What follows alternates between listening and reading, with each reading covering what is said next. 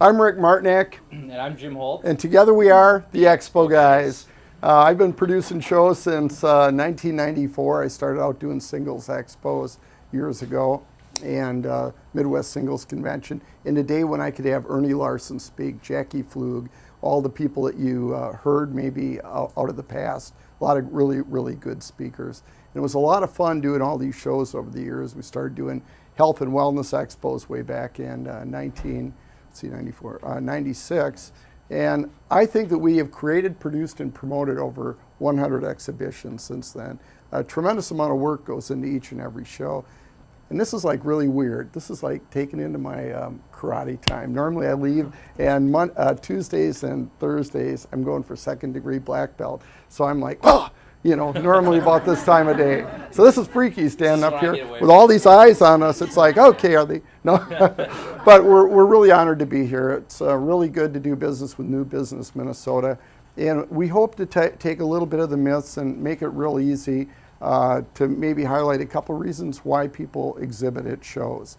And I think if you got a new product or a new service and you wanna get feedback, that's a good thing to participate in an expo. You want to bring it in front of people and ask their opinion as they're going by. They're going to tell you right out what they think, especially in the case of the consumer shows. Now, we used to do like the event planner show. My old business partner, Brad, still at least has that trademark, and I don't know, he hopes, I keep nudging him, I keep saying, go and do your event planner show or your business expo that he likes to do. So we don't know if he'll be bringing that back to the cities or not. But Jim and I do more consumer shows. So if you have a product or a service and you want to get it out and get a feedback right away, or maybe sell your product at the show, that's kind of where we come into play. Jim, tell them a little bit about some of the... We're kind of making the assumption you guys understand what Expos trade show events are. I assume everybody here knows what that is. The method of marketing of getting people together to sell a product is nothing new. What's unique about it is it's withstood the test of time. You had the internet come around, that knocked a ton of marketing by the wayside. Today, trade show events, expo events are still a unique way to get people together and market to them. Look at what we're doing here today. We're all together. There's something unique about seeing somebody face to face. There's Skype. You could certainly do video conferencing over a computer. But there's something about getting up in somebody's face and really feeling them, seeing them. A lot of people, sell better. You can engage people. You can judge, okay, how are they reacting? A lot of unique things. So that's kind of what what we do is just basically bring people together. Live, in person, face to face, palm to palm. It's very important to meet people, like right here, all of you guys. I have a theory that when I meet with somebody, I say, how can we mutually benefit? How can I make your business better, and what can you do for me? Just like here, each and every one of you have something really unique, a gift. And you may not know it, but the relationships that you're going to make today, maybe meeting some of these different people, or at one of our shows, you make relationships that last a lifetime. It's amazing. I used to tell a little joke, I won't though. I'll spare you that stuff really. I'm normally a prankster, but this time I'll be serious today for the next at least 5 minutes. And then I'm good. Okay. No, but I mean, people have made, one time when I used to do like the Singles Expo, for instance, somebody sent me, they gave me a call and they said, you know that flyer that you had back 5 years ago? That's where I met my wife, and we're going to be getting married in a couple weeks, and we want to use that in all of our invitations to the wedding on how we met. And I thought, wow, that really moved me. It really, really kind of choked me up a little bit. I said, wow, they met over there. They're probably going to go have a whole herd of kids. And then maybe the first one will be named Rick. I don't know. No, I mean, say like, hey, it's all because we decided to put on that show, and it was actually a lot of fun. Once I hired Puke and Snot to be over at our show, and I know those guys are just hilarious. They're really wonderful. But it loosened things up, and it got people talking, and that's what shows are all about. Does anybody have any questions about what expos are or what they could do for your business? Maybe before that, too, what I'll just kind of add to that is Rick and I, producers of the shows, we're the ones that rent the venue. we'll sell the booth space, we come up with the concept of the show, and then we have to advertise. So him and I are in a unique position, and just to relate to new business owners or maybe somebody in their first 3-4 years, we deal with thousands of businesses every day. For every show that we produce. So him and I, during the show, we're walking around, we're talking to every single business owner that's there. We're talking to their sales force. We're talking to them before the event. We get to see some real good examples of successful businesses and not so successful businesses. And as Lori mentioned in the beginning, and I hope you guys took some notes, because these last two presenters had some awesome, fabulous materials that I think, some real good takeaways. But everything that Lori detailed, the items that make a business successful is spot on, and you can see it when you go to a live event. It's right there. So absolutely. We promote the show. We do a lot of. Jim used to be with Minnesota Marketers. That was his company before coming on to MediaMax, and he does the social media and all that, and he keeps all of our stuff up on the website. Tremendous amount of dollars goes back into advertising, and we knock our heads against the wall each day saying, okay, how come Save on Everything didn't bring in as much money as Velpac this week, or why would it be this time? And we learned over time that it's all according to when the ads hit in the mailboxes and stuff. So not only are we there, but we're in TV, radio, and we do so much different advertising. I think that we spend well over $100,000 a year in advertising alone to our shows. Yeah, and I think that what we're learning about what makes you as a business owner, you guys, what are the tips to exhibiting success? And we could touch briefly on that. One of the things I notice is, are you standing up in your booth? Are you enthusiastic? Are you passionate about your product? All right, last night I watched Jimi Hendrix. The guy walked around with a guitar all the time, in the kitchen, after he got up, everything. That burning desire to succeed is the biggest thing. It makes your eyes the size of dollars. It's amazing. And then I watched John Kennedy. And he went to China. He went all over the country. That's another documentary I was watching last night. And his passion to learn more and educate himself is what really made him a success. In so many, unless you wanted the Republican or whatever. But what it is it's really about educating yourself, and the people that have the passion inside their booth, a burning desire to show their product, they're passionate about their product, they want to tell the world about it. Those are the people that are generally successful. The people that you hire that may be back in their booth and it's like, oh, what the heck, I know I should have picked up the dog today. I got this and that to do tonight. I got to go out for dinner. This thing's lasting forever. Those are the people that create barriers in their booth. It's reading a paper. So having a passion when you get there. If you can't be there, making sure that the team that you're sending to an event is excited to be there. I can't tell you how many times I've walked by and so-and-so's son's working the booth and he's got his iPhone out, and it's like, okay, and I almost want to go up and start asking about the product, but I was afraid I'd scare him out of the chair. That's right. And so, making sure that you're excited. A lot of our shows that we do are on Saturday, Sundays. Nobody wants to work on the weekend. But unfortunately, in this day and age for business, a lot of businesses that we work with are small businesses. It's a fact of life. You're going to be working Saturdays and sometimes Sundays. Him and I work probably, I would say, when we're out of the office, we're still working. So we never turn it off. We do, but well, not really. Oh, but okay. Most small business owners will tell you that. Good answer. So the second part that goes with that is having a clear goal. For any form of marketing that you do, it's just like that. Whether you're doing print, TV, if you don't have a goal or an objective in mind before you do it, those are dollars that you're wasting. So when it comes to live event marketing, whether it's at one of our events, whether you're have a booth at a mall, whether you're at a festival, fair, you're at a concert, anything, have a goal. What are you there to do? Is it to see the competition? Is it to launch a new product? Is it to generate sales? Is it to generate leads? One of the biggest pitfalls that I've seen at the shows is folks just don't understand why they're there. They get the booth, they show up. Okay, now what happens? Right. They have to be outgoing. They have to, first of all, make your booth look like a booth should look. This is nice. A sign like this, a pop-up display. We like to promote Do Trade Show in Burnsville. There's 100 others. There's Skyway. Skyway offers complimentary lessons on how to become an exhibitor, how to be a successful exhibitor. But if the booth looks clean and not cluttered, if it looks like you really are excited about your product, you're wearing logo wear. Jim and I dressed down today at the shows. We wear a tie, and I hate it. But you have to look, like you know what you're doing. At least look the part. I don't know if I think we know by now. Yeah. But I think the big bottom line is that you got to look like you're happy to be there. You greet people. You have a smile on your face. I think Lori nailed it right there with that, and this gentleman nailed it on a lot of different things. Get your business formed so that you're all prepared. But when you're out there, it's all about being friendly and passion, and it's all about being prepared and having a booth that looks professional. Yeah, and to take that a step further for preparedness, and this will relate to any business here today. And I was just, we've got a new business forum radio station that comes out, and I was just talking to the gentleman that is the host out there at our last show on Saturday.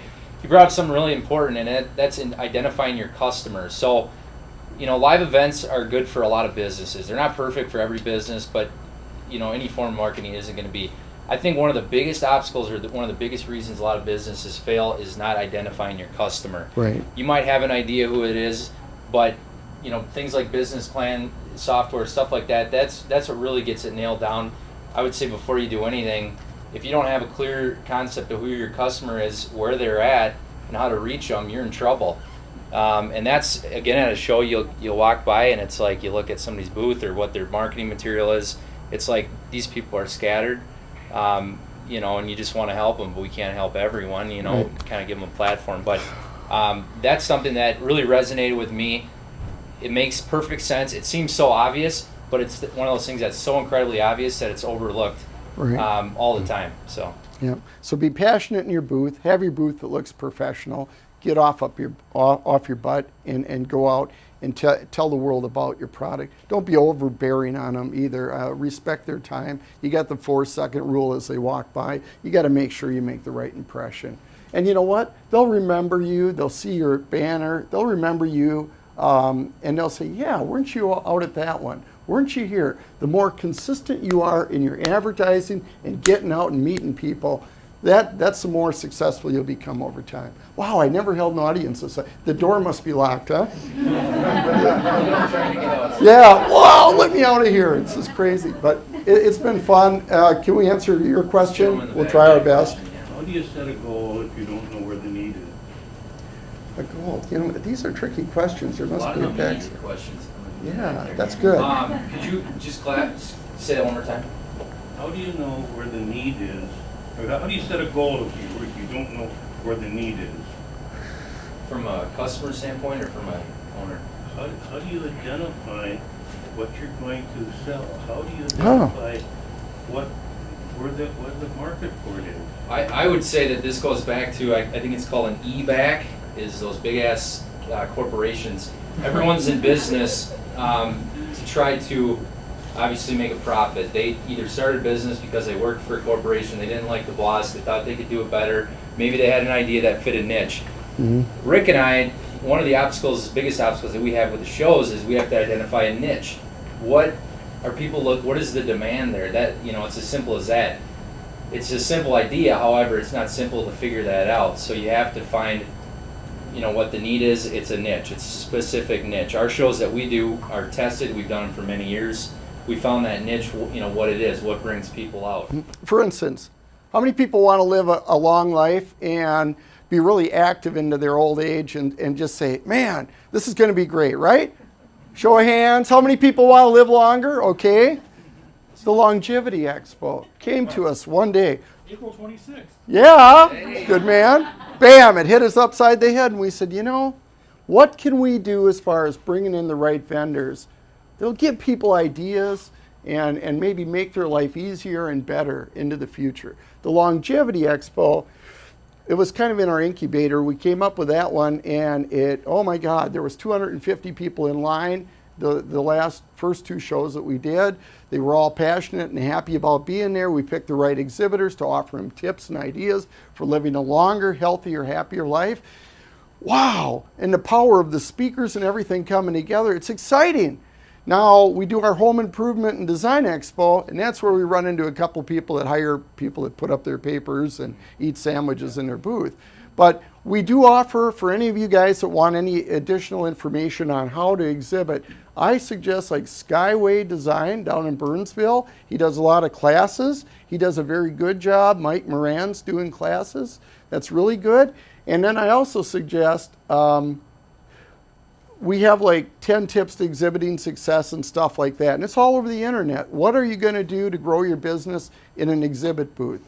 So yeah, I don't know if that answered your question or not, but I just had it there, now I forgot. But one of the things that I think, and you guys have some questions too, but one of the big things that I think Lori said is to not be afraid of failure. So once I think you have that niche identified, you got to test it, and you can't be afraid to fail. The key is to not fail expensively. You got to do it cheap. Rick and I make probably over 100 sales calls. I'd probably try to hit 150, 200 a day. You know, a good percentage of those people don't answer, a good percentage hang up. Yep. And everything that Lori said. Boom, boom. Yep. So mailbox full, that's my favorite. mailbox full. Oh my God, come on. Get a business card that actually has an address. Oh, post office box, you live in there and your whole staff's in there? Oh my God, come on, you know? Have a real address on your card. Let people know who you are and stuff. Put up the barrier and save and yourself. We're trying to mail you these, so make sure you include your otherwise we get them back and it's like, funny, you were in business before. Sir? On that need question, I think what he's asking is, how do you identify the need and come up with a product or a service? The only time you're really going to be concerned with that is if you're focused on being an innovator. Because otherwise, you know, a need on price, I mean, if it's a cheaper price, well, the product's already there, right? If it's a higher level of quality, the product's already there. So finding that need is when you're going to be an innovator. So to me, you're asking a question about, I don't know, you've got to go innovate that, you know, and go find it. Let me give you an example. Yeah. We're a medical company. And it was 3-4 months he was coming and going, and I said, you know, what's going on a Chronicle? And he said, let's go read it. And I did the master production schedule. His forecasts were within 10%, month after month after month. And then he delegated that to another guy, and it dropped to 15%. Huh. We never wrote off any bad product, and we only built what he could sell. Now I realize a unique person, but my real question is, why aren't there more people who can identify that need, and then there's people like us who can fill it for them? Right. That's a good one. I don't know how to answer that. Maybe you can meet with him afterwards. Sir? A specific niche, you go take a specific niche, you go find about 10 different message boards in that specific niche, and then you basically find what all the questions are that everybody's asking. Message boards. Yeah. And the message boards in general are people trying to get questions answered. Right. So it's kind of like a focus group. You will actually get a very broad stroke of what everybody's looking for the answer to. Absolutely. In that specific niche, in those message boards. Yep. By looking at the threads. I think that you'd find that if you emailed us, we're really generous with our time. We really care about people. If I didn't love people out there, what do you got? Faith, family, friends. What else is there? You know, I like to believe in keeping it simple, stupid. Like, who was that back then, you know, in the day? The speaker, the famous, you know, I forgot. No, Earl Nightingale. All right. Yep, but that was the smartest words ever said. Keep it simple, stupid. You know, simplify your life, simplify your business, run with passion. I mean, you know, we'll help anybody we can. Give us a call. We're the Expo guys. And we don't want to take up your time because there's wine and cheese to be had. Denny? I actually do have a question for you. Okay. What kinds of businesses do best at your expos?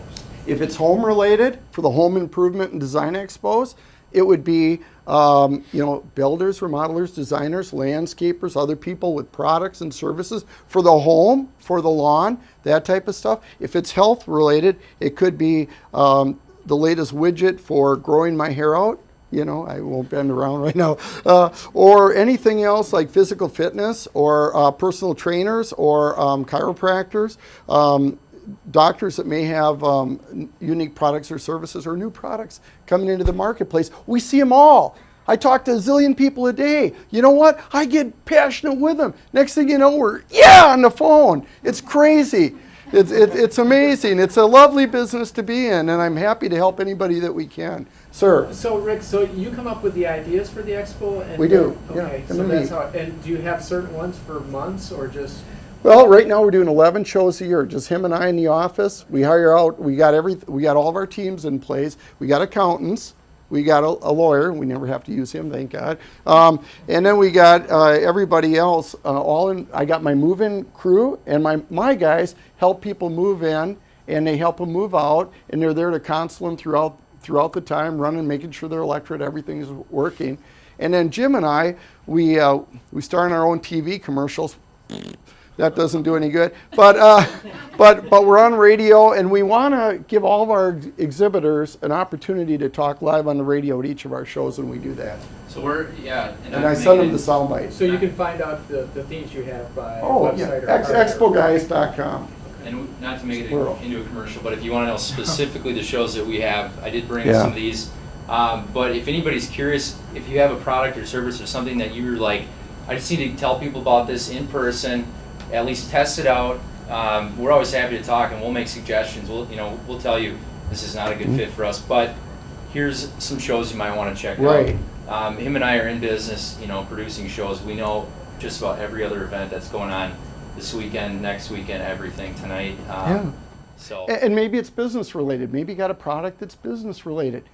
Get into a business expo. There used to be, Sheila Ronning used to do some good little shows that were mixers around town before. I don't know if she does it anymore.